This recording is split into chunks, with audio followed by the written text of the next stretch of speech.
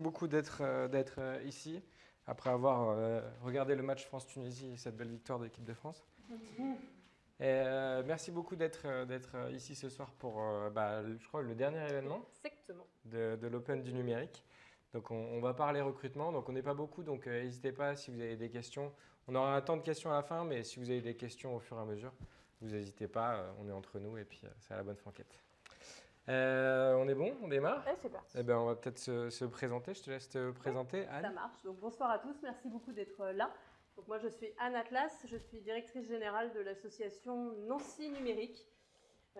Voilà, en charge du développement des projets de l'association. Bravo. Toi, Sébastien? Et donc, moi, je suis le fondateur de Tomorrow Jobs, qui est un cabinet de recrutement spécialisé sur initialement les métiers du numérique, mais maintenant, c'est encore plus large. On est spécialisé sur les métiers en tension. Donc, on intervient sur différents secteurs et pas uniquement que le numérique. Et d'ailleurs, la présentation qui va suivre ne concerne pas que les métiers de l'IT. On va parler du marché globalement et des outils qu'on peut utiliser, quelle que soit la typologie de profil qu'on va pouvoir essayer d'aller recruter. Je te laisse présenter un peu l'Open du numérique. Très brièvement, l'Open du numérique. Donc effectivement, comme Sébastien le disait, aujourd'hui, c'est le dernier événement d'une grande programmation qui a lieu pendant tout le mois de novembre, qui a été pilotée par Nancy Numérique et ses partenaires. L'idée, c'était de mettre en valeur les initiatives du numérique sur le territoire, et notamment ses employeurs et ses métiers. Parce qu'il y a une grande méconnaissance des métiers, on aura l'occasion d'en reparler plus tard. Donc voilà, on a fait un mois avec une programmation d'environ 55 événements portés par 23 structures publiques et privées. Donc c'était un très très bel événement et on clôture ce soir avec vous. Donc merci beaucoup d'être présent.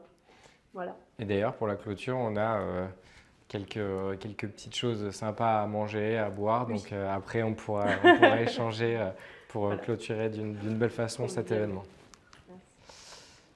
Peut-être un petit mot sur Nancy Numérique. Donc Nancy Numérique, c'est une association, un réseau professionnel en fait, qui regroupe des acteurs du numérique. Parmi nos adhérents, on va retrouver des entreprises offreurs de solutions dans le champ du numérique. On a également des organismes de formation qui forment au métier du numérique, des acteurs publics, des associations et des laboratoires de recherche. L'idée de cette association, c'est de pouvoir organiser des rencontres, de mettre en valeur les initiatives numériques sur le territoire et d'échanger sur des sujets problématiques, ou en tout cas qui font sens commun sur le champ du numérique, et notamment la question du recrutement et des difficultés de recrutement qui est un de nos objectifs. Parmi les autres missions que nous portons, il y a celle de l'accompagnement à la transformation digitale des TPE, des PME, des associations. Donc, comment est-ce qu'on peut utiliser le numérique dans notre quotidien quand on est une structure économique ou associative. Et puis, une des dernières questions sur lesquelles on travaille, c'est tout ce qui va être responsabilité environnementale du numérique. Donc, comment est-ce qu'on peut réfléchir à avoir un numérique plus sobre ou en tout cas plus responsable. Et ça, on le fait en lien avec les offreurs de solutions qui proposent des solutions de communication digitale, de serveurs, etc. etc. Voilà. Et je rajouterais aussi, puisque étant aussi membre de l'association, qu'une des forces de l'association, c'est d'avoir justement une multiplicité d'acteurs. Donc on a à la fois des grands comptes, des TPE, des startups. Il y a même des personnes qui viennent en particulier. Moi, j'ai démarré dans l'association il y a 7 ans, 8 ans, je crois, en étant étudiant. Et finalement, j'ai ensuite été en tant qu'entrepreneur. Donc ça permet de faire émerger des synergies et des collaborations qui sont assez intéressantes sur la partie numérique. Et donc Tomorrow Jobs, qui est un cabinet de recrutement qui a été créé il y a 6 ans et demi, bientôt 7 ans. Donc on a plus de 300 recrutements, ça date un peu encore plus maintenant. Et on a une spécificité, c'est qu'on a une équipe et des compétences qui utilisent ce qu'on appelle la méthodologie Growth Marketing, donc on peut appeler Growth Recruitment, c'est-à-dire qu'on va utiliser des outils et des approches piquées un petit peu du monde du web marketing pour aller plus vite sur la phase d'identification de profil et de contact de profil et gagner du temps pour pouvoir se concentrer sur l'humain qui est notre métier, à savoir échanger avec les candidats, échanger avec les entreprises et réussir potentiellement des recrutements. Et donc du coup, on est très actif sur LinkedIn. Peut-être que certains ici nous ont déjà vu passer dans leur fil d'actualité.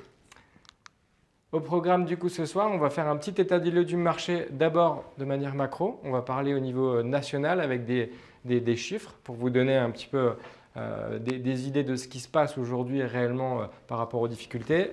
Après, on ira plutôt en local avec une initiative qui s'appelle la Fabrique de l'Emploi, qui a été pilotée par Nancy Numérique et que Anne vous présentera, avec les résultats que ça a donné, qui du coup ont été construits avec des groupes de travail qui sont en local, avec des entrepreneurs, des acteurs de la formation, etc.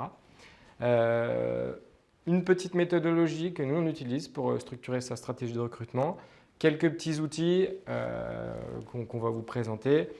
Et après, on reviendra sur les facteurs clés de succès d'une campagne de recrutement et on va faire un petit laïus sur la fidélisation parce qu'on n'en parle pas assez et pourtant c'est un sujet qui est vraiment très important aujourd'hui dans les politiques de recrutement et qui malheureusement des fois est mis de côté. On part sur un état des lieux du marché. Alors souvent on manque un peu de chiffres. Donc j'étais chercher des chiffres sur l'APEC. Alors c'est des chiffres qui datent, l'étude date de novembre 2022. Donc elle est sortie le 7, donc il y a 15 jours, 20 jours. Depuis 2 ans, ils ont fait un comparatif. Il y a plus de 57% d'offres en plus par rapport à il y a 2 ans. Donc ça représente 200 000 postes en plus, ce qui est quand même assez important. Et de l'autre côté, on est passé de 9% il y a 2 ans à 7,1% de personnes au chômage. Ça veut dire quoi? Ça veut dire qu'on a tous fait un petit peu d'économie. Si on regarde le schéma offre-demande, il y a un problème dans la matrice. Le problème, c'est qu'il y a beaucoup moins de gens qui recherchent un travail et notamment il y a beaucoup moins de gens qualifiés. Et il y a une multitude d'offres, d'où des problématiques de recrutement qui sont automatiques.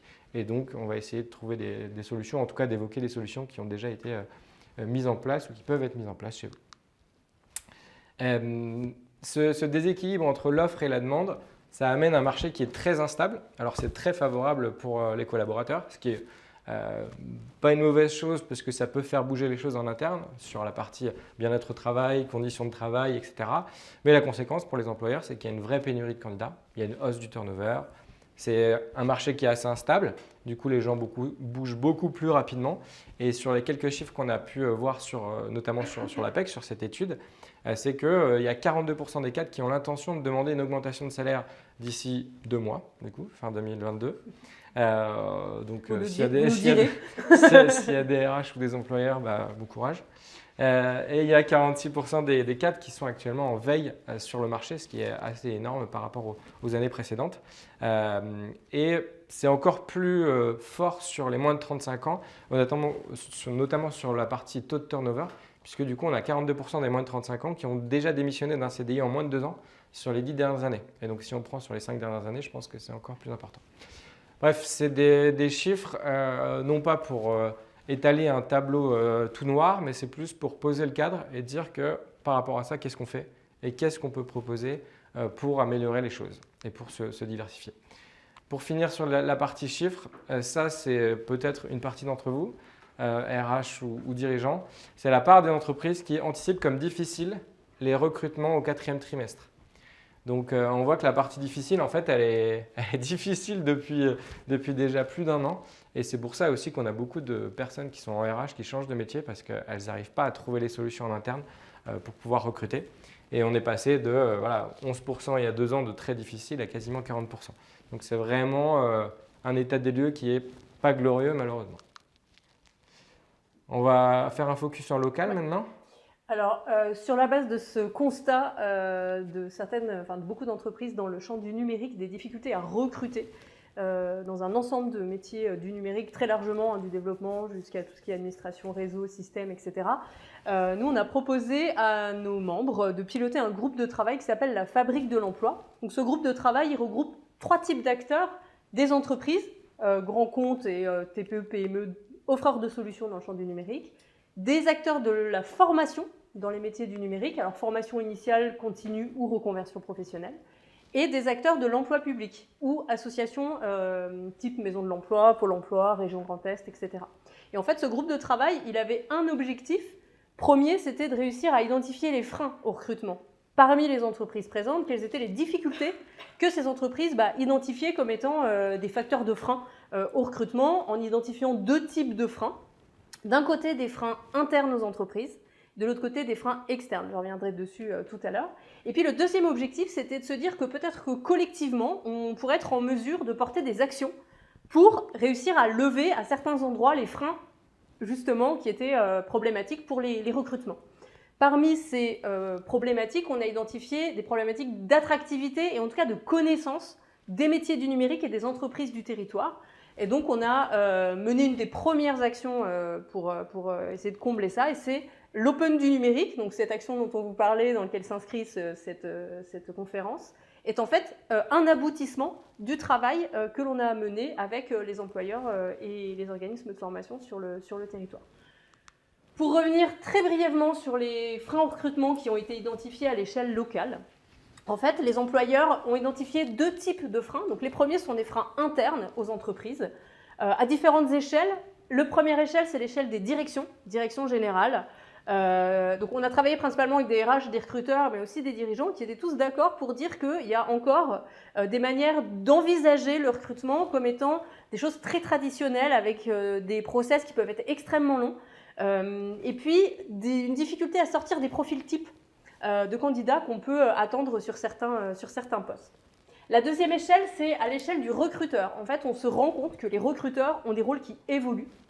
Pour ceux qui, en fait, font du recrutement en tant que tel, mais pour des RH à qui on demande en plus de faire toute la partie recrutement, en fait, on se rend compte que ça se transforme un peu en chasseur de tête. Et donc, recruter comme on recrutait il y a 10 ans et aujourd'hui, en fait, ça demande des compétences et des outils qui sont vraiment tout à fait différents.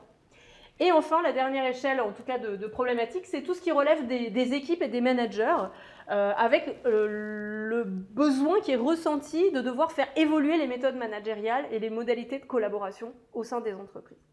Et enfin, les deuxièmes types de freins sont les freins externes aux entreprises, à l'échelle du territoire, avec la concurrence de certains territoires pas très loin d'ici, qui peuvent être très attractifs en matière de salaire, avec, surtout dans les métiers du numérique, beaucoup de possibilités de télétravailler, donc avec une attractivité forte, même y compris de pays étrangers qui vont payer très très cher des personnes qui vont rester à Nancy pour travailler à distance. Et puis la concurrence des entreprises entre elles, parce que dès lors que sur un métier ou sur une filière, il y a une grosse tension, même à l'échelle locale, 2 entreprises peuvent se piquer les candidats assez facilement. Donc il y a une vraie concurrence et une difficulté à s'en sortir. Et puis le dernier point, c'est l'échelle des candidats. On le reverra tout à l'heure, on reviendra dessus avec Sébastien, mais c'est peut-être une manque de visibilité que les candidats peuvent avoir sur les offres, le fait qu'il y ait aussi une manière d'envisager les processus de recrutement de manière différente, avec une baisse de la loyauté, enfin ce qu'ils ont appelé la baisse de la loyauté, en gros se considérer qu'il y a des gens qui s'engagent dans des process de recrutement au bout desquels ils ne vont pas. Ou voire même des gens qui vont jusqu'à signer des contrats et qui ne se présentent pas le jour J, ou qui quittent leur emploi sans prévenir leur employeur du jour au lendemain. Enfin, il y a vraiment des pratiques qui sont tout à fait étonnantes en matière de candidats, et ça, on s'est posé collectivement la question de savoir qu'est-ce qu'on peut faire et comment on peut le faire. Je t'invite à passer au truc suivant. Et donc en fait, on a identifié 4 pistes de travail. La première, c'est de travailler sur tout ce qui est attractivité. Donc comment est-ce qu'on peut améliorer la marque employeur des entreprises, des métiers du numérique, mais aussi du territoire. Parce qu'en fait, on se rend compte que les pouvoirs publics ont aussi peut-être un rôle à jouer dans notre capacité du territoire à attirer des talents localement. L'attractivité des métiers, comment on fait connaître nos métiers, quels qu'ils soient et quelle que soit la filière. Le deuxième sujet, c'est la question des compétences. Comment on arrive à faire monter en compétences en interne nos employés, nos salariés, mais comment est-ce qu'on arrive aussi à faire monter en compétences des futurs candidats? On reviendra dessus, mais la question de diversifier ces recrutements en allant chercher des profils qui ne sont peut-être pas à 100% en raccord avec l'offre d'emploi, mais de pouvoir les faire monter en compétences par le biais de formation avant de les faire entrer en poste, sont des dispositifs qui existent. Les pratiques managériales, comment est-ce qu'on fait pour faire progresser en interne les managers, pour leur donner les clés pour soutenir, pour collaborer, pour être dans la participation, de la collaboration. Voilà, ce sont des pistes qu'on a identifiées. Et comme je le disais tout à l'heure, donc c'est un groupe de travail qui a été créé mi-2022. On a eu 2 rencontres pour le moment, et un des premiers atterrissages, c'est cet Open du numérique qui avait vocation à faire des portes ouvertes dans les entreprises, organiser des forums de formation dans les métiers numériques, des forums de l'emploi, et d'aller vraiment sur mettre en valeur tous ces acteurs du numérique sur le territoire. Et la chance qu'on a à l'échelle de Nancy Numérique, c'est qu'on va regrouper des acteurs qui sont complémentaires en matière de problématiques de recrutement. Les entreprises, Les organismes de formation, qui à un moment donné peuvent aussi fournir des potentiels candidats par le biais d'alternance ou en tout cas qui doivent entendre quels sont les besoins qu'ont les entreprises en matière de compétences demain. Et puis des acteurs publics de l'emploi qui financent les formations, qui sont là pour accompagner les demandeurs d'emploi ou qui, à un moment donné, peuvent jouer sur l'attractivité du territoire. Voilà, et c'est le pun du numérique. On est très contents, ça a très bien marché. C'est parfait. Voilà pour ce qu'on a fait à l'échelle de Nancy Numérique. On est vraiment contents, ça a vraiment bien fonctionné. On arrive à fidéliser pour le coup nos acteurs et nos membres de ce groupe de travail parce que on voit bien que c'est une autre manière d'envisager les choses. On part des besoins, on part de constats pour mettre en place des actions qui vont réussir collectivement, on l'espère en tout cas, à mettre des coups de projecteur sur ces métiers-là qui sont en grande tension.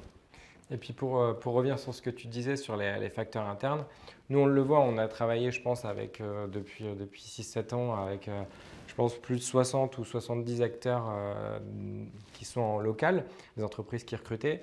Aujourd'hui il y a une vraie différence entre les politiques RH des uns et des autres et donc les politiques de succès en termes de recrutement des uns et des autres. C'est-à-dire que les entreprises qui ne bougent pas, qui ne prennent pas le train en termes de méthode de recrutement, d'efficacité de sourcing, d'efficacité, de rapidité de traitement des candidatures et qui sont encore un peu à l'ancienne.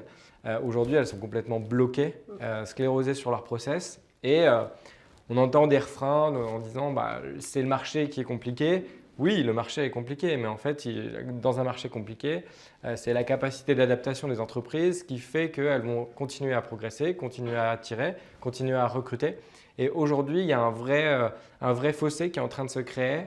Et il n'y a pas de question de start-up, PME, ETI. Il y a plus une question de est-ce que… Il y a une culture RH en fait. C'est une culture d'adaptation, je crois. Est-ce que la culture RH est assez ouverte pour se dire qu'il faut se remettre en cause, que le métier a évolué, que forcément quelqu'un qui est rentré sur des fonctions RH en se disant que le recrutement, c'était plus quelque chose où on allait diffuser une annonce et après trier les candidatures, qui se retrouve à faire de l'approche directe. Donc, on peut même presque faire le parallèle à un poste de commercial en ayant des cibles, en approchant des candidats et après, on se remet sur une posture RH sur la partie évaluation des compétences, accompagnement, etc.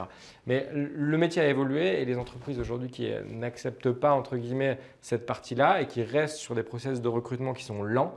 Nous, on a certains clients qui sont très lents et qui finalement ne recrutent pas et qui après ne sont plus nos clients du coup parce que nous, on n'arrive plus à travailler avec eux, ont des vraies difficultés et sont à l'arrêt. Et que ce soit dans le numérique ou ailleurs, si on n'arrive pas à recruter, à un moment, on le paye puisqu'au bout de 6 mois, 8 mois, ça augmente le taux de turnover en interne. On n'arrive pas à livrer les clients qu'on a déjà signés en amont. Et en fait, c'est une boucle qui fait qu'il y a des entreprises aujourd'hui qui sont sur des courbes sur lesquelles elles n'étaient pas avant en termes de croissance et de réponse là-dessus. Alors, sur les problématiques qu'on va attaquer, il y a la partie structuration de la stratégie RH.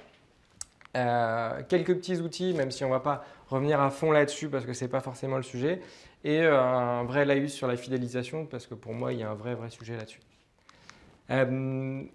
Donc peut-être que si certains ont fait un peu de marketing, ils ont déjà vu ce funnel-là. C'est un funnel qui a été piqué un petit peu au web marketing. Donc c'est le funnel qui s'appelle AARRR. Donc c'est acquisition, activation, rétention, recommandation et revenu qui est transformé en recrutement dans le cadre d'un processus de recrutement. En fait, l'idée c'est de pouvoir mapper tout ce qu'une entreprise peut mettre en place pour améliorer son processus global de recrutement. Donc sur la partie acquisition, c'est comment on va faire découvrir l'entreprise, que ce soit en ligne ou alors globalement sur des salons, sur des événements. Donc comment on peut mapper toutes les possibilités pour un candidat de pouvoir connaître votre entreprise. Est-ce qu'elle est bien présente sur tous les job boards? Est-ce qu'elle est présente sur les salons thématiques? Est-ce que sur la partie référencement naturel, si on parle un peu de web marketing, est-ce qu'on trouve facilement votre entreprise ou pas sur les bons mots-clés, etc. La partie activation, c'est aussi comment on va transformer quelqu'un qui découvre votre entreprise en quelqu'un qui va postuler dans l'entreprise ou qui va prendre contact ou avec lequel on va pouvoir échanger. Donc là, on y reviendra un petit peu là-dessus, mais il y a un vrai sujet sur les offres d'emploi qui malheureusement sont souvent des copier-coller d'autres offres d'emploi qui sont encore des copier-coller. Et en fait, on est sur le niveau très bas de la personnalisation et du coup, ça ne donne pas du tout envie aux gens de postuler. Et le problème, c'est que sur un marché en tension, les offres pas personnalisées, elles n'ont pas de candidature. Et donc, c'est un problème. La partie rétention, alors ça, il faut quand même peut-être commencer à avoir une certaine taille de structure pour essayer de structurer ça en interne. C'est-à-dire qu'on peut utiliser des logiciels, on y reviendra tout à l'heure, des ATS, donc des Applicant Tracking Systems, qui vont nous permettre d'enregistrer toutes les candidatures au fur et à mesure des postes et peut-être pouvoir recontacter 6 mois plus tard, 1 an plus tard ou 2 ans plus tard des candidats qu'on a eu en échange et qui n'avaient peut-être pas soit pas le niveau, soit au niveau de la rémunération ça ne collait pas, mais avec lequel il y avait un vrai fit par rapport à l'entreprise. La partie cooptation, c'est un sujet qu'on aborde sans vraiment aborder. Il y a des structures qui ont fait des vraies stratégies de cooptation en disant il y a la cooptation qui est de se dire faites un peu la promo de l'entreprise et ramenez d'autres collaborateurs, et il y a la cooptation qui est rémunérée. Alors, est-ce que c'est une bonne idée ou pas, je ne sais pas, mais en tout cas, il y a des structures qui le font et qui, du coup, si un collaborateur ramène un autre collaborateur et qui passe la période d'essai, il touche une prime. Ça vaut ce que ça vaut, mais en tout cas, c'est des stratégies qui sont mises en place par certaines entreprises pour pouvoir recruter. Et la partie recrutement, donc c'est pas la partie revenu, mais recrutement, c'est comment on va arriver à emmener le candidat au bout du process et puis à clôturer le recrutement, à l'emmener chez nous et surtout à bien l'intégrer. Et ça, tu reviendras sur ce sujet-là un petit peu plus tard. Je veux juste rajouter un élément. C'est vrai que ce qui est très compliqué, enfin, je ne sais pas quel est votre niveau de connaissance par rapport à ces méthodes-là, mais en fait, ce qu'il faut vraiment se dire, c'est que il faut réussir à changer la manière dont stratégiquement on envisage tout son processus de recrutement. C'est ça qui est extrêmement compliqué. Parce que, en fait, ça nous fait faire quasiment un 180 par rapport à la manière dont on avait l'habitude de faire avec des offres d'emploi très classiques sur des schémas et des tunnels très classiques, en attendant que les candidatures arrivent très classiquement. Et en fait, on se rend compte que pour réussir à être efficace, il va falloir mettre en place toute une stratégie qui nécessite à la fois d'améliorer la visibilité de l'entreprise, à la fois d'avoir un suivi des candidats qu'on a pu avoir, etc., jusqu'à mobiliser l'ensemble de nos collaborateurs pour dire, en fait, les gars, on a besoin aussi de vous pour recruter. C'est vraiment tout un système stratégique à revoir dans la manière dont on peut envisager les choses. Alors, c'est sûr que ça ne se fait pas du jour au lendemain, ça demande pas mal de temps et d'énergie et de ressources humaines, et parfois on ne les a pas, et on sait combien ça peut être difficile quand on ne les a pas. Voilà. N'hésitez pas s'il y a des termes que vous ne connaissez pas ou que vous ne comprenez pas de nous couper pour qu'on puisse les expliquer. Si on doit découper un petit peu en deux toutes les actions qui étaient listées sur le schéma d'avant, il y a la partie inbound et la partie outbound. Donc là encore, c'est des termes qui sont très marketing. C'est tous les leviers qu'on va pouvoir mobiliser pour attirer les gens à soi, donc qui vont permettre à des gens de connaître la structure, de voir les offres d'emploi et de pouvoir postuler. Et toute la partie outbound qui est un nouveau métier en fait finalement, comme tu le disais, pour les personnes qui sont rentrées en RH sur des fonctions généralistes et qui ont le volet recrutement parmi d'autres missions, et on sait que c'est déjà assez compliqué comme métier la gestion des gens. La partie outbound, ce n'est pas quelque chose sur lequel on est formé initialement quand on est en ressources humaines. Et du coup, il faut un temps d'adaptation et un temps de formation pour aller chercher, faire de la chasse de tête. Alors le mot est un peu barbare, mais c'est comme ça que ça s'appelle. De l'approche directe. Et ça, c'est un vrai métier et il faut réussir à donner aussi le temps à la personne qui est en RH de pouvoir se former là-dessus pour pouvoir faire de l'approche directe ou alors être accompagné dans un premier temps par des partenaires pour pouvoir le faire. Ça veut dire que la fonction recrutement, elle doit être associée aussi à la fonction communication, s'il y en a une dans l'entreprise. Fonction marketing, s'il y en a une aussi, d'une certaine manière. Comment je peux utiliser des outils du marketing pour pouvoir faire la même chose dans le domaine du recrutement. Et puis, ça nécessite effectivement d'avoir peut-être presque aussi une compétence recrutement à 100%. Et ça, c'est des choses que les dirigeants ont du mal à entendre. Oui. On l'a vu dans le cadre du groupe de travail. Voilà. Et pour compléter, d'ailleurs, nous, sur la structuration de notre équipe, on est une petite équipe. On est aujourd'hui 7 personnes chez Tomorrow Jobs. On a du coup des chargés de recrutement, chasseurs de tête, et on a Valentin qui est derrière l'appareil, qui est multicasquette lui, mais qui travaille sur plein de sujets web marketing, justement pour améliorer et augmenter le volume de personnes qui arrivent sur notre site, qui arrivent sur nos offres et du coup augmenter le nombre de candidatures pour aider les chargés de recrutement à avoir plus d'entretiens, à échanger avec plus de candidats et donc du coup derrière pouvoir réaliser nos recrutements. Donc comme tu le disais, nous on travaille main dans la main entre des compétences web marketing et des compétences RH recrutement. J'ai une question. Oui. Vous avez dit les dirigeants sont un petit peu fermés à l'idée. Oui. C'est quoi leur raison? Enfin, qu'est-ce que leur argument en fait, comment ils voient les choses? Je pense que, alors, on pourrait utiliser des grands termes en disant qu'ils sont assez déconnectés du terrain pour se rendre compte qu'avec le retour des équipes, malgré les retours qu'il peut y avoir des recruteurs ou des fonctions RH, des difficultés à recruter et de la nécessité de transformer la manière dont on recrute en entreprise, eh bien, il y a encore une grande problématique de prise de conscience, quoi. C'est-à-dire que voilà, c'est de l'argent qu'ils préféraient peut-être mettre ailleurs, c'est peut-être, enfin voilà, je sais pas, il y a peut-être plein d'explications. En tous les cas, ce sont ceux qui vont probablement avoir des difficultés de croissance d'ici peu de temps. Très sincèrement, hein. Enfin, nous, on a travaillé avec des groupes, en bossant avec les recruteurs qui nous disent « mais on sait tout ce que vous nous dites ». Mais allez convaincre nos équipes dirigeantes, parce qu'en fait, c'est eux qui ont du mal à prendre des décisions par rapport à ça et à ces changements de paradigme, en fait. Mais bon, voilà, ça veut dire qu'ils vont se rendre compte que la boîte d'à côté... alors, avec Sébastien, nous, on le fait dans les métiers du numérique en essayant d'échanger avec les dirigeants. Toi, tu le fais dans le cadre de ta pratique quand tu travailles avec un employeur en lui disant vous passez par le cabinet de recrutement, on va vous expliquer comment on le fait et qu'est-ce que ça nécessite aussi que vous puissiez mettre en place de votre côté. Tu as déjà travaillé avec des entreprises qui avaient des process tellement longs de recrutement que tu avais beau trouver des candidats qui étaient prêts à transformer le tir que en fait, le candidat il lâchait l'affaire parce que le process était trop long en interne, quoi. Donc voilà. Et je pense qu'il y a aussi une méconnaissance de la difficulté et du volume horaire à passer sur la partie recrutement. Parce que typiquement, sur ma première expérience en recrutement, mon métier était totalement différent. C'est-à-dire que je diffusais sur l'APEC et sur Indeed. J'avais 30 candidatures. Je sélectionnais les 10 CV qui me paraissaient le plus adaptés. Je les appelais les 10. J'en recevais 5 en deuxième entretien en finale au cabinet. Et après, je présentais les 3 derniers. Et en fait, ça paraissait pour des dirigeants ou autres un métier presque facile parce qu'il fallait juste choisir entre les CV. Sauf qu'aujourd'hui, c'est clairement plus le cas et que certains dirigeants se disent débrouillez-vous, c'est votre métier de trouver des gens. Sauf que ce n'est pas le même métier entre diffuser et choisir et aller chercher. Voilà, on est vraiment sur la distinction. Et c'est pour ça, à mon avis, que certains dirigeants rechignent à dire on va prendre un recruteur.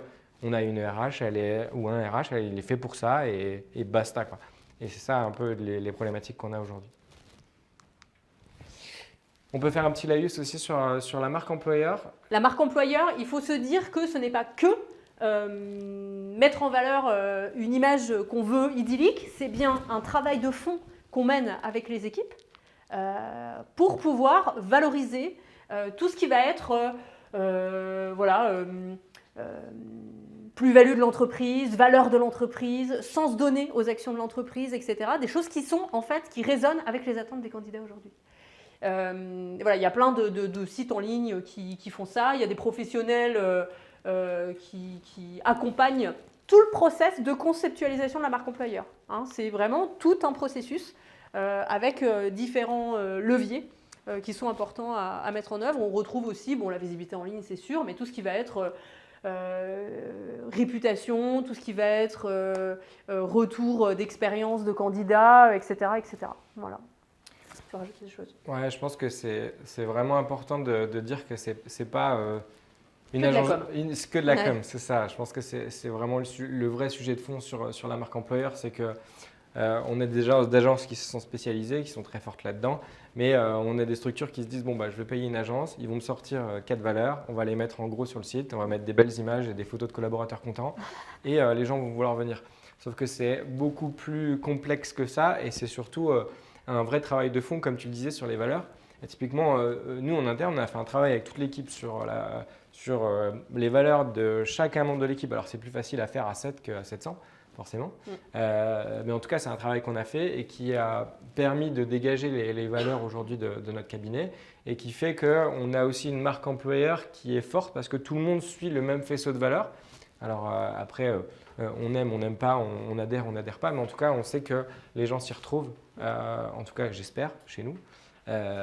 Et que du coup, en extérieur, ça se ressent dans les échanges que les candidats ou les entreprises vont avoir avec des recruteurs ou autres chez nous. Donc c'est un vrai travail à faire et on voit chez nos clients que ceux qui ont une marque employeur forte ont moins de difficultés à recruter. Moi, j'ai déjà des candidats qui passent une première étape d'un process avec un client et qui me disent « j'ai été sur Glassdoor », qui est un site d'avis, alors on en pense qu'on en veut, mais qui est un site d'avis où des collaborateurs peuvent noter leur expérience. Alors sur les sites d'avis, il y a souvent beaucoup plus d'avis négatifs que positifs, mais bon, on voit que sur pas mal d'entreprises, ça s'équilibre bien et sur certaines, il n'y a que du négatif et on a pas mal de personnes qui nous disent « non, non, j'ai lu des choses, j'ai pas envie d'y aller ». J'ai peur d'y aller, ça sent mauvais. Et finalement, ça joue énormément aussi la réputation qu'on peut avoir. La réputation globale, ça joue, mais la réputation, ça joue énormément également. Une petite boîte à outils. Avant peut-être de rentrer dans les outils, je parlais tout à l'heure de la fiche de poste et je vais y revenir parce que c'est pour moi la première étape ratée souvent sur les recrutements. C'est-à-dire qu'une fiche de poste sur lequel on a passé 10 minutes à faire un copier-coller d'une autre fiche de poste en tapant chef de chantier sur Indeed, en faisant un copier-coller et en changeant le nom de la marque, ça ne marche pas. En fait, ça ne marche pas. Il y a tout un travail à faire sur la fiche de poste. Alors certes, c'est encore du travail en plus, mais finalement, on voit que les gens qui passent les process nous disent en fait, ce qui m'a attiré dans la fiche de poste, c'est qu'on parlait des valeurs et ça, c'est important pour moi. On parlait des engagements de l'entreprise, on définissait bien les missions, c'était clair, et il y avait des informations type le salaire, le nombre de jours de télétravail, est-ce qu'il y avait des déplacements ou pas, et les différents avantages. Alors, le salaire, ça a été un sujet tabou pendant des années et des années, c'est est-ce qu'il faut mettre le salaire, pas le salaire. Il y a Indeed qui est quand même un des plus gros job boards de France et même ailleurs, qui aujourd'hui oblige les employeurs à mettre le salaire. Et je pense que c'est une bonne chose. Déjà, on perd moins de temps avec des gens qui sont potentiellement hors scope et finalement, on paye une expérience, on paye surtout une compétence, quoi. Si la personne est compétente, oui, elle rentre dans la fourchette de salaire qu'on a prévue, quoi. Après, il y a toujours des leviers de négociation. Il y a des gens qui sont au-dessus, qui postulent, qui échangent avec nous et après, on échange avec l'entreprise et l'entreprise nous dit c'est vrai que si lui, il est un petit peu plus qualifié, on peut peut-être voir si on a des leviers de négociation. Mais en tout cas, nous, on le voit sur les approches directes qu'on fait, c'est quasiment divisé par 2 entre les offres où il y a un salaire et celles où il n'y en a pas. Et d'ailleurs, on a rajouté du coup la partie salariale sur le site de Tomorrow Jobs. Et le télétravail, c'est pareil. Aujourd'hui, c'est encore plus fort dans l'IT, dans l'informatique, mais c'est le cas aussi dans plein d'autres travails. Alors, il y a plein de postes sur lesquels ce n'est pas possible le télétravail, mais il y en a plein d'autres où on peut s'adapter. Et finalement, le faire évoluer et l'afficher, c'est un vrai Je fais une parenthèse. N'hésitez pas à aller travailler avec vos équipes sur le terrain, qui sont en poste, pour savoir comment elles qualifieraient leur activité et ce qu'ils voudraient faire valoir dans le cadre d'une offre d'emploi. C'est aussi intéressant de prendre le temps d'aller consolider ces offres d'emploi avec les équipes sur le terrain. On n'a pas en tant que RH forcément une connaissance à 200% des activités, mais pour que l'offre corresponde au plus près de la réalité du terrain, et pas forcément toujours avec le manager d'équipe qui lui est peut-être pas non plus à 100% sur le terrain.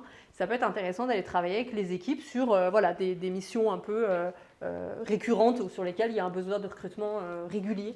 Ça peut être intéressant d'aller travailler avec les équipes. Comment ils valoriseraient leur poste, quelles sont les activités réelles.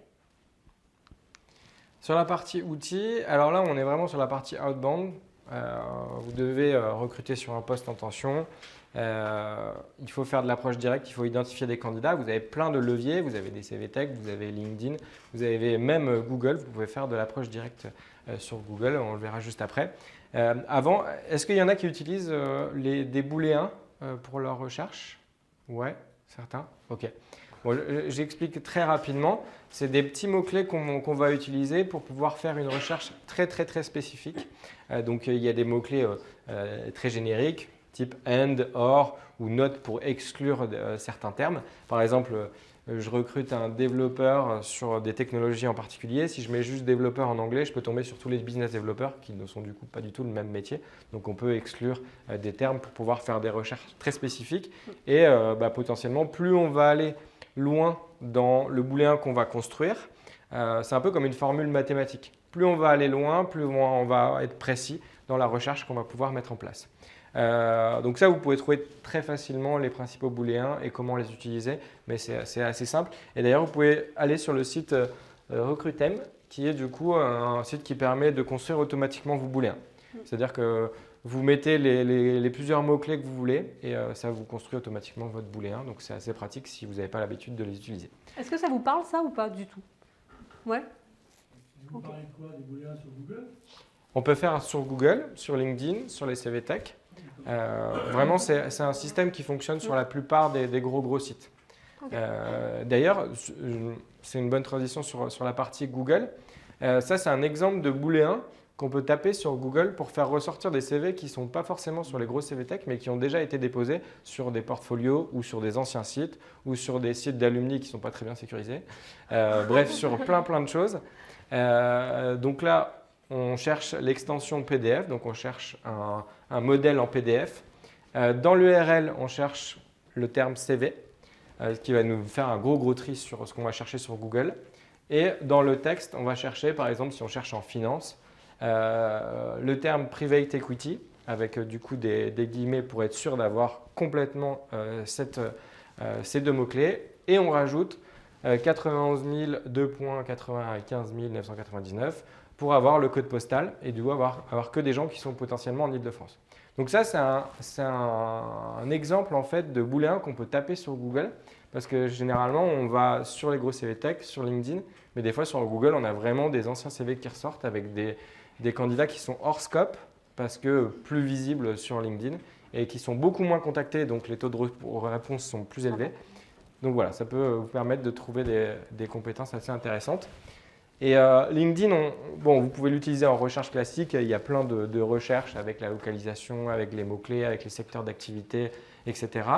Quelque chose qui n'est pas forcément très connu, c'est que si par exemple vous cherchez une personne avec une compétence spécifique sur un secteur, vous pouvez rentrer sur des groupes LinkedIn qui sont liés. À partir du moment où vous êtes sur le groupe spécifique LinkedIn, vous pouvez écrire en direct sans payer à toutes les personnes du groupe. Donc mettons que je cherche, si on reprend l'exemple de la finance, quelqu'un en private equity sur Luxembourg.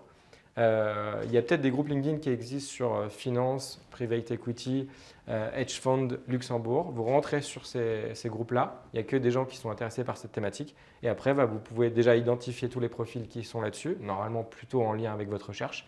Et en plus, vous pouvez leur écrire en direct sans payer puisque vous faites partie du même groupe.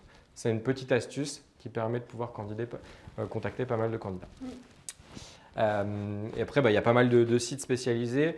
La dernière chose sur LinkedIn, peut-être, alors il y a un abonnement qui s'appelle LinkedIn RPS, qui est un abonnement qui est assez coûteux quand même, mais qui est ultra utile puisqu'en fait, il nous permet de savoir qui est à l'écoute du marché. Donc il y a la partie Open to Work, que vous avez peut-être déjà dû voir avec les personnes qui ont un rond vert autour.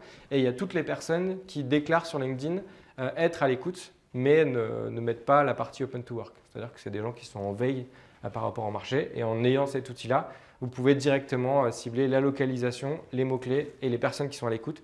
Et nous, clairement, ça nous fait gagner un temps assez conséquent dans les approches directes puisque on contacte majoritairement des gens qui sont à l'écoute. Les ATS, alors ça c'est l'outil que je parlais tout à l'heure, donc c'est Applicant Tracking System. C'est une sorte de gros CRM pour ceux qui utilisent des CRM pour la partie commerciale. Donc c'est un logiciel de gestion des candidatures dans le temps. Donc selon là j'en ai mis 4, mais il en existe pléthore selon vos besoins. Il n'y a pas besoin de prendre un truc, un mastodonte si jamais vous n'avez pas énormément de besoins. Mais du coup, ça vous permet de vous mettre des alertes, des fois de gagner du temps sur les parsings de CV. Typiquement, nous, on utilise Recruit. On peut mettre un CV et automatiquement, tout est rangé dans les bonnes cases. Donc du coup, ça nous fait gagner quand même beaucoup de temps. On peut faire de la recherche avancée, on peut faire du matching, c'est-à-dire mettre sur certains, on met notre offre et ça va directement dans toute notre CV Tech rechercher quels sont les bons profils.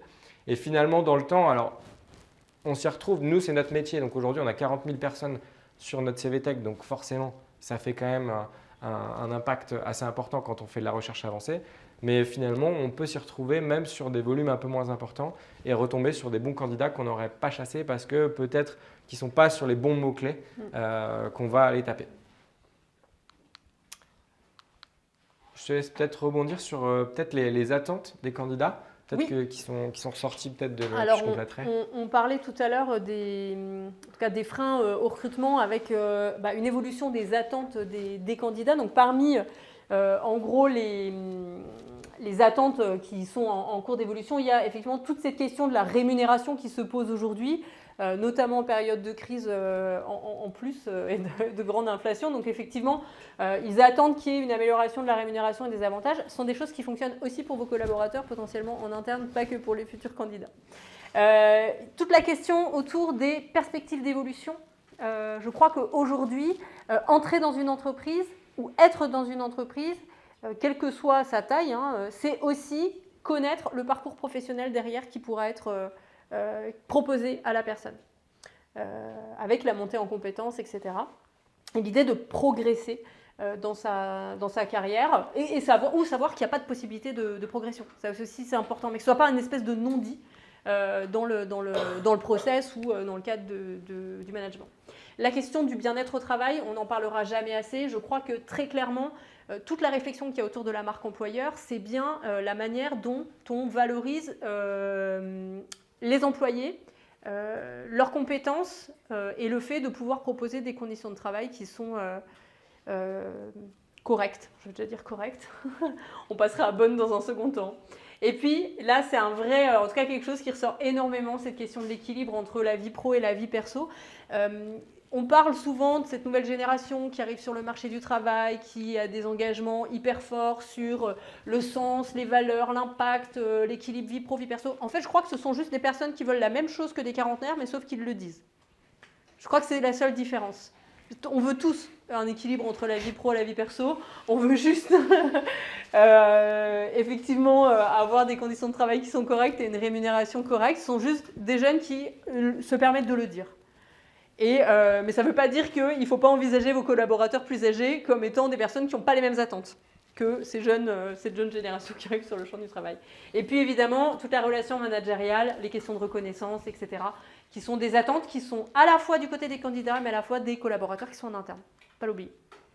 Et d'ailleurs, si je reviens sur ce que tu disais sur la partie bien-être au travail, c'est aussi quelque chose qui est souvent sous-estimé, mais qui revient souvent à la personne qui est en charge des ressources humaines, en lui disant, allez, il faut que les gens soient contents, organise un événement. Et en fait, finalement, c'est encore plus large que ça. Il y a beaucoup de choses qu'on peut mettre en place et qui, finalement, sur le long terme, font vraiment la différence. En fait, ça coûte beaucoup moins cher de garder, et on reviendra là-dessus avec la fidélisation, de garder les gens qui sont en place, surtout les gens qui font du super boulot, autant construire l'entreprise autour d'eux que de recruter. Parce que finalement, recruter, c'est long dans un contexte comme ça. Ça coûte cher parce qu'on peut aussi potentiellement se tromper. Il y a toute la partie formation, etc. Donc, autant investir, et ce sera une bonne transition pour la suite, sur la partie fidélisation des équipes qui sont déjà en place. Et peut-être sur la partie facteurs clés de succès, on va y revenir très rapidement parce que c'est quelque chose qu'on a déjà évoqué tout à l'heure, mais ne serait-ce que le mot rapidité de processus, pour moi, il est primordial, quoi. On doit pouvoir aujourd'hui faire un processus de recrutement en 2 semaines, voire 3. Au-delà, c'est trop long. C'est une réalité. C'est-à-dire que nous, les clients qui font des process qui dépassent 1 mois ne recrutent pas parce que la personne part ailleurs. On n'est plus dans le mode où on a une entreprise et 30 candidats qui attendent d'avoir ce job-là, quoi. Là, c'est l'inverse. C'est-à-dire qu'on a un candidat et potentiellement, si on le veut, il y a d'autres entreprises qui le veulent et il y a 5 entreprises en face. Donc, si on ne suit pas le rythme et si on dit… j'ai eu le cas il y a 3 semaines d'une entreprise qui est pareil, reçoit un candidat, dit on va réfléchir et puis on les relance 1 semaine, 2 semaines, on réfléchit. Sauf qu'évidemment, le candidat, il est plus disponible et s'il est disponible, il est plus motivé. Je fais une parenthèse, il y a quelque chose auquel on ne pense pas souvent, mais en tant que recruteur, je ne sais pas exactement quelles sont vos fonctions ici, mais j'imagine que vous êtes tous plus ou moins dans ce champ-là. N'hésitez pas à faire des demandes de retour, y compris des candidats qui vous ont refusé des postes que finalement vous alliez, ou des deuxièmes entretiens, etc., pour connaître les raisons. Parce que parfois, ça peut être aussi des bons arguments à présenter au N+1, +2 ou aux dirigeants sur pourquoi la personne... Le fait que vous alliez dire, bah oui, mais notre process, il est trop long. Je pense que ça peut être plus entendu si c'est un candidat qui a dit que le process était plus long, était trop long. Voilà. Donc ça peut être aussi l'occasion d'avoir des retours, y compris des gens qui ont été recrutés, mais y compris des gens qui n'ont pas été recrutés. C'est clair. Et sur la partie justement facteur clé de succès, on voit que les personnes qui restent plus longtemps dans l'entreprise, c'est celles sur lesquelles on a recruté sur la partie soft skills. Donc pas forcément des compétences pures et dures qu'on peut appeler hard skills sur la maîtrise d'un logiciel, d'une technologie, d'un savoir-faire, mais plus qui vont partager les valeurs de l'entreprise, qui vont avoir des capacités d'intégration, capacités de travail en équipe, capacités d'adaptation à la situation, de compréhension des enjeux, d'écoute. Et finalement, on se rend compte que ces gens-là, quand ils arrivent dans l'entreprise et qu'ils partagent les valeurs de la structure, restent plus longtemps si on s'occupe bien d'eux. Alors peut-être que la partie montée en compétences est un peu plus longue, sauf qu'au final, on s'y retrouve complètement. Et pour moi, c'est le sujet du recruter sur CV ou recruter sur la personnalité et les compétences interpersonnelles d'une personne. Ce qu'on ne peut pas voir en regardant juste un CV. Et après, sur les autres leviers qu'on peut évoquer, tu as déjà parlé de la rémunération. Peut-être qu'on peut juste parler d'autres sujets sur la rémunération. Il y a les variables, etc. Je vais revenir sur l'accord d'intéressement parce que j'avais une fausse idée de l'accord d'intéressement en disant c'est que pour les grosses structures. Donc, pour rappel, nous on est 7. Et en fait, ça se met en place très très rapidement, un accord d'intéressement. Donc, on en a un depuis 2 ans et demi, je crois. Et en fait, ça se met rapidement et c'est un petit bonus en plus si la boîte va bien. Et donc, du coup, voilà, c'est des petites choses qu'on peut mettre en place. Les tickets restaurants, c'est pareil, ça se met en place assez rapidement. Et on a d'autres petites choses à mettre en place qui peuvent, mis bout à bout, donner envie aussi aux gens de venir et puis leur permettre de rester aussi. Alors, il y a aussi un truc hyper important. Arrêtez de mettre... le remboursement d'un pourcentage de la mutuelle. De la mutuelle et des frais de déplacement, sauf si c'est un pourcentage plus important que ce qui est proposé légalement. Très clairement, c'est combler des choses. Les gens ne sont plus dupes. C'est-à-dire que quand ils voient une offre comme ça, la plupart du temps, c'est quelqu'un qui n'a pas d'autre avantage à mettre que ce qui est légal, donc on arrête. Et on va plutôt essayer de trouver des choses qui sont plus intéressantes pour combler une offre d'emploi que de mettre ce type d'informations.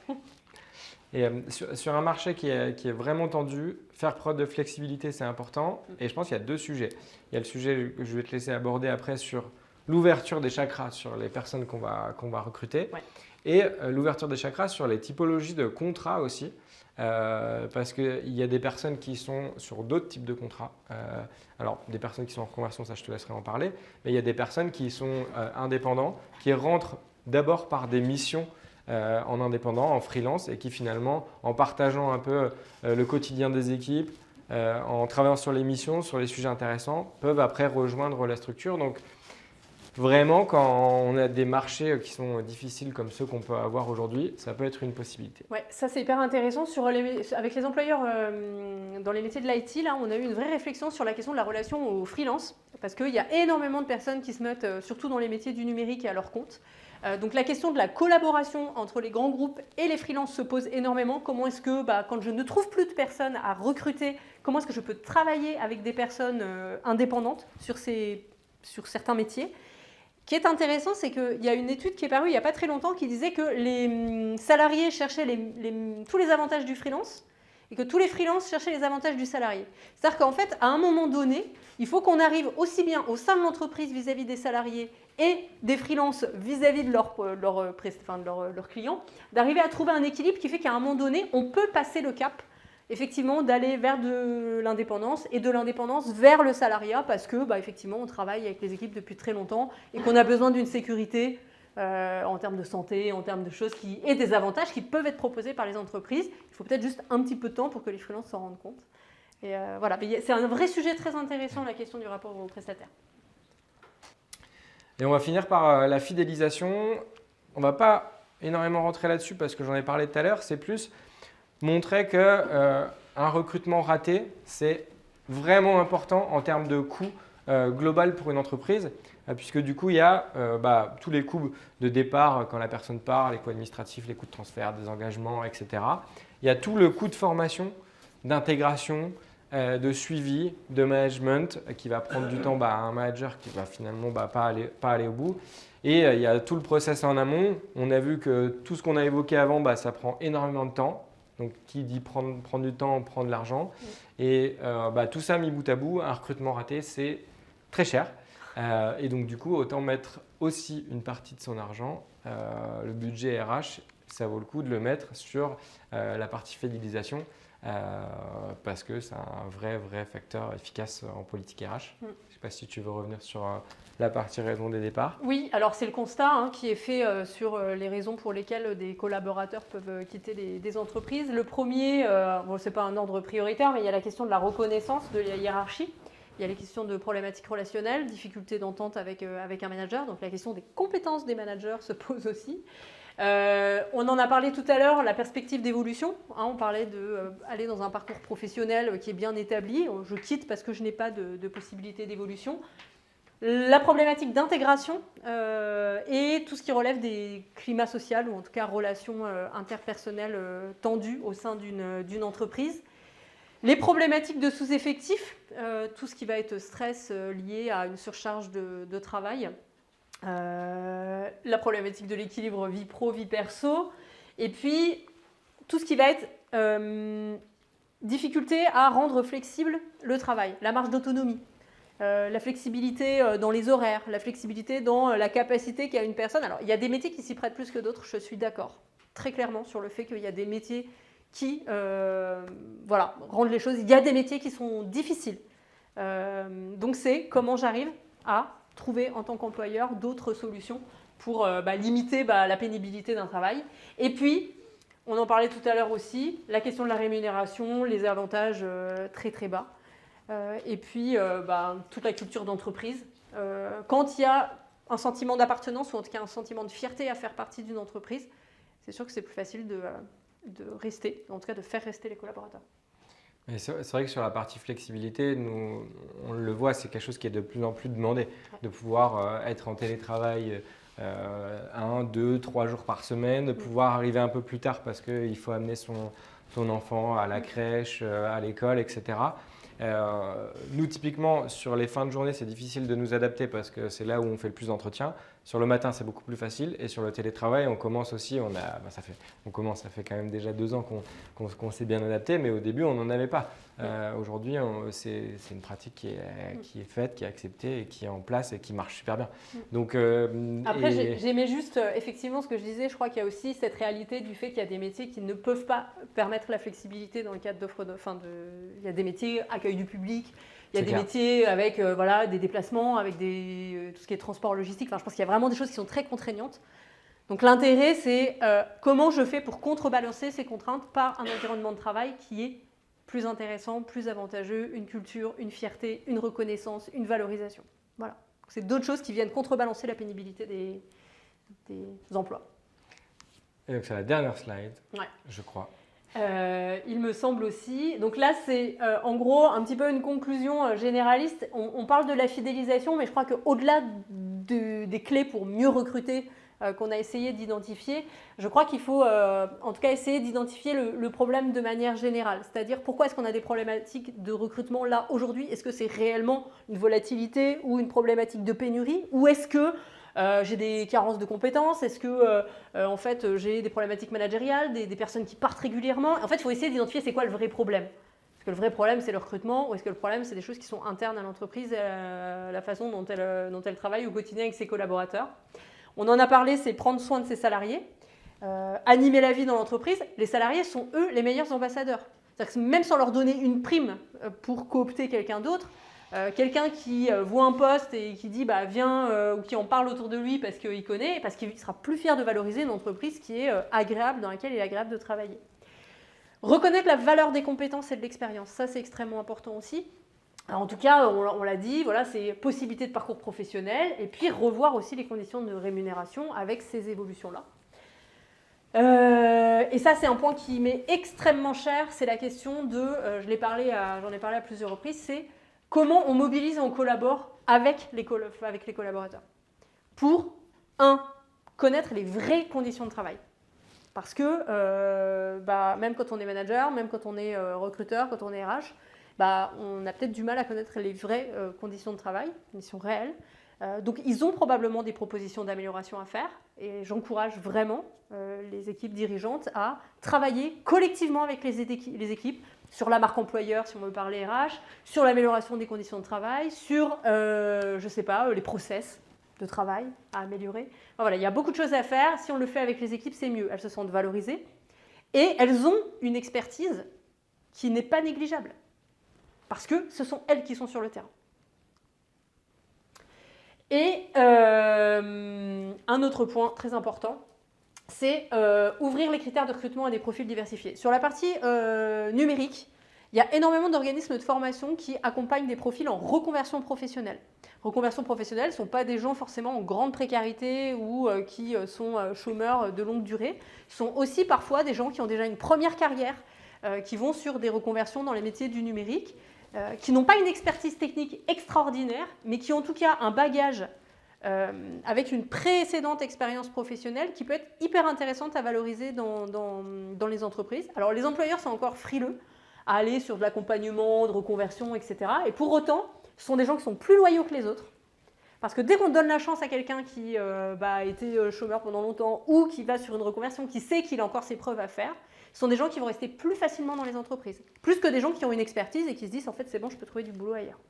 Et puis, un autre point, c'est aussi changer d'échelle dans le secteur du transport et de la logistique qui ont des problèmes pour recruter depuis très très longtemps. On sait que les pistes d'amélioration peuvent aussi être externes aux entreprises. Ils ont fait notamment un gros focus sur le dernier kilomètre en zone urbaine très tendue. Ça veut dire qu'ils se sont décentrés. Le problème n'était pas forcément interne. En tout cas, on a essayé de faire tout ce qu'on pouvait en interne, mais il y a peut-être d'autres modalités de travail avec les publics ou avec des critères qui peuvent peser aussi lourd sur les équipes. Voilà.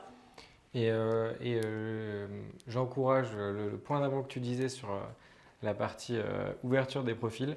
Chez nous, aucune personne n'a travaillé en cabinet avant de venir chez Tomorrow Jobs.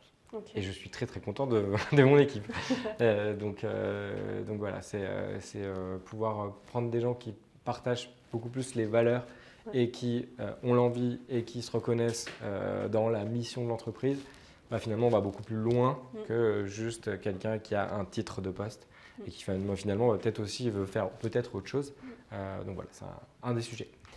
Est-ce que vous avez des questions ou des témoignages ou des retours d'expérience sur des choses que vous avez pu peut-être mettre en place chez vous, qui ont marché, pas marché, ou des questions spécifiques ?